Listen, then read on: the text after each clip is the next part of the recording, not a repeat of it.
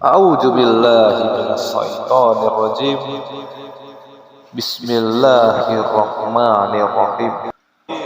Allahumma sholli ala sayyidina Muhammad wa ala ali sayyidina Muhammad. La ilaha illallah Muhammadar Rasulullah. Subhanallah walhamdulillah wa la ilaha illallah wallahu akbar. Wala haula wala quwata illa billahil aliyyil azim. Assalamualaikum warahmatullahi wabarakatuh. Saudara-saudariku yang dirahmati Allah Subhanahu wa taala, yang tidak bosan-bosannya ingin mendalami nikmat ilmu, iman dan Islam. Topik kita pada hari ini memilih teman. Topik yang sangat mendalam bagi kita semuanya, karena kita memiliki teman-teman yang kita harus betul-betul seleksi. Seperti apakah teman kita, agar kita bisa menjadi orang yang lebih baik dan bisa bersama-sama mendekatkan diri kepada Allah Subhanahu wa taala. Imam Abdullah Al-Haddad berkata, jika engkau ingin memilih seorang manusia guna kebutuhan dirimu, maka ujilah dengan perkara yang dengannya ia layak. Seperti apakah itu, saudara-saudariku? Nah, sebelumnya akan kita bahas menjatuhkan pilihan pada seseorang untuk diangkat sebagai pegawai negeri, karyawan, pembantu, teman atau kawan, sahabat atau juru-juru masa sekalipun, maka sebaliknya kita melakukan ujian terlebih dahulu. Demikian pula halnya dalam memilih sahabat, hendaknya kita selalu berhati-hati dalam hal ini. Teman yang baik adalah yang bisa memberi manfaat dan bukan sekedar menjadi benalu. Imam Al-Ghazali menyebutkan 5 syarat layak tidaknya seorang diangkat sebagai teman. Apa sajakah syarat-syarat layaknya atau tidaknya seseorang diangkat sebagai teman? Yang pertama, saudara-saudariku, agar kita bisa mengetahuinya, ujilah akalnya. Mengapa? Akal adalah modal utama dalam meraih keberuntungan. Sebaliknya, kebodohan adalah sebuah kerugian. Seseorang yang berusaha mengemudikan kendaraan tanpa memiliki kecakapan akan membahayakan dirinya atau bahkan bisa melukai orang lain. Seorang pembantu yang tidak pintar akan melakukan hal-hal yang dapat membahayakan bayi majikannya. Oleh karena itu, Imam Ali bin Abi Thalib radhiyallahu anhu mengatakan, jangan kamu berteman dengan orang yang bodoh. Berhati-hatilah. Banyak orang yang pandai jatuh karena orang yang bodoh. Yang kedua yang perlu kita mengetahuinya adalah uji budi pekertinya. Betapa banyak orang yang cerdas secara intelektual tapi tidak dalam kepribadian. Banyak orang yang pandai dalam akademis namun tidak dalam budi pekerti. Allah Subhanahu wa taala memuji Rasul karena budi pekerti beliau Muhammad sallallahu alaihi wasallam, baginda Rasulullah kita yang sangat mulia. Budi pekerti yang luhur adalah ibarat parfum yang berbau harum. Semakin wangi, semakin tinggi pula nilainya. Allah Subhanahu wa taala berfirman di dalam Quran surat Al-Qalam ayat 4. Dan sesungguhnya kamu benar-benar berbudi pekerti yang agung. Yang ketiga yang perlu kita pahami, kaji perbuatannya. Artinya jangan mencari kawan pembantu atau pegawai yang fasik, melanggar ajaran Allah Subhanahu wa taala. Carilah sosok yang taat kepada Allah Subhanahu wa taala dan hindari orang-orang yang gemar bermaksiat. Allah Subhanahu wa taala berfirman di dalam Quran surat An-Najm ayat 29. Maka berpalinglah hai Muhammad dari orang-orang yang berpaling dari peringatan kami dan tidak mengingini kecuali kehidupan duniawi. Dikutip dari Quran surat An-Najm ayat 29. Allah Subhanahu wa taala juga mengingatkan kita dalam Al-Qur'an. Dikutip dari Quran surat Taha ayat 16. Maka sekali-kali janganlah kamu dipalingkan daripadanya oleh orang yang tidak beriman kepadanya dan oleh orang yang mengikuti hawa nafsunya yang menyebabkan kamu jadi binasa. Dikutip dari Quran surat Taha ayat 16. Nah, saudara-saudariku, poin keempat apakah itu? Nah, yang keempat adalah lidah akidahnya. Lidah akidahnya.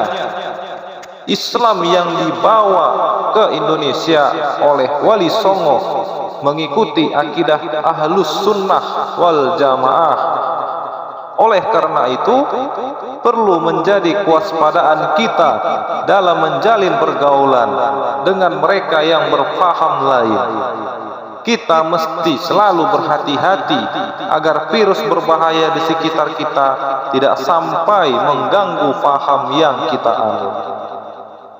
Dan yang terakhir, kelima, perhatikan cintanya kepada dunia. Jangan mencari teman yang terlalu cinta kepada dunia, tamak dan serakah.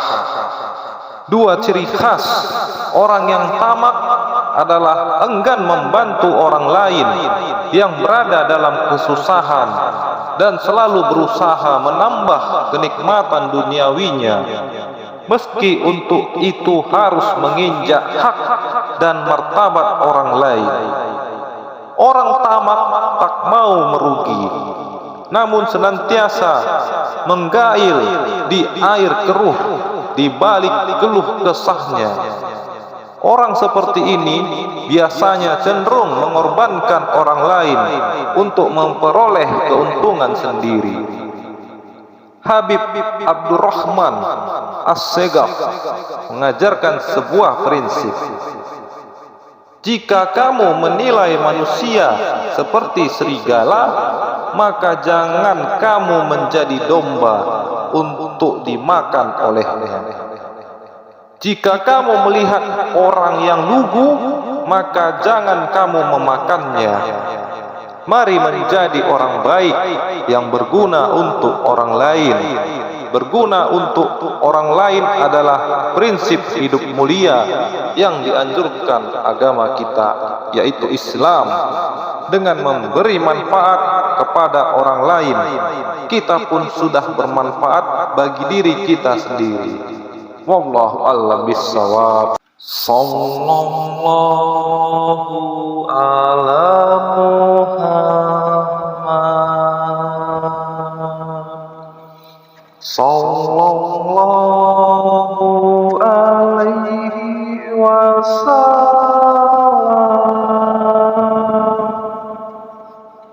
Sallallahu ala Muhammad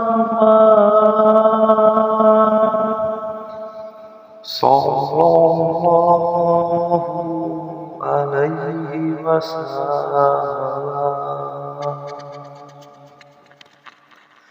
Sallallahu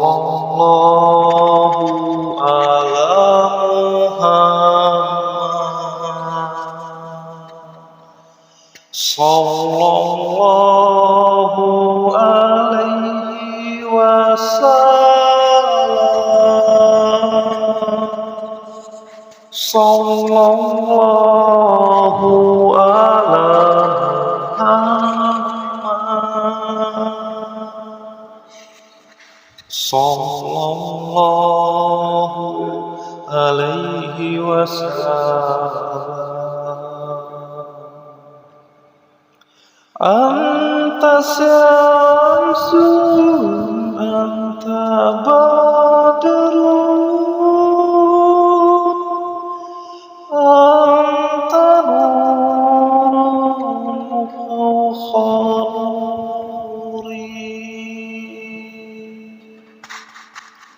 anta syamsun anta badrun anta nurun fawqa nuri anta iksirun wa khali anta misbah suduri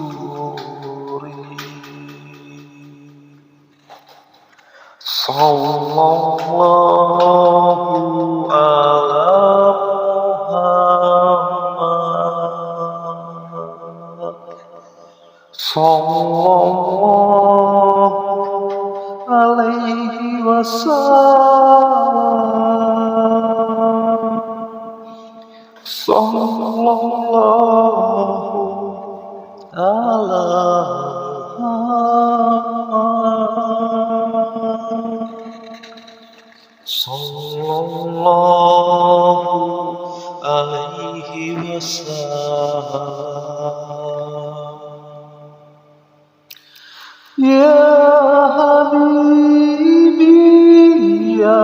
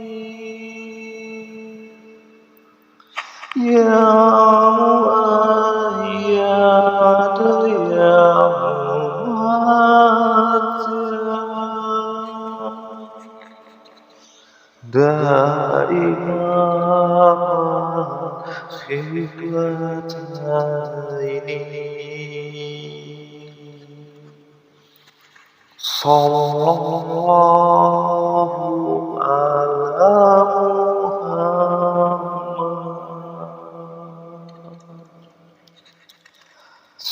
sallallahu alaihi wasallam sallallahu ala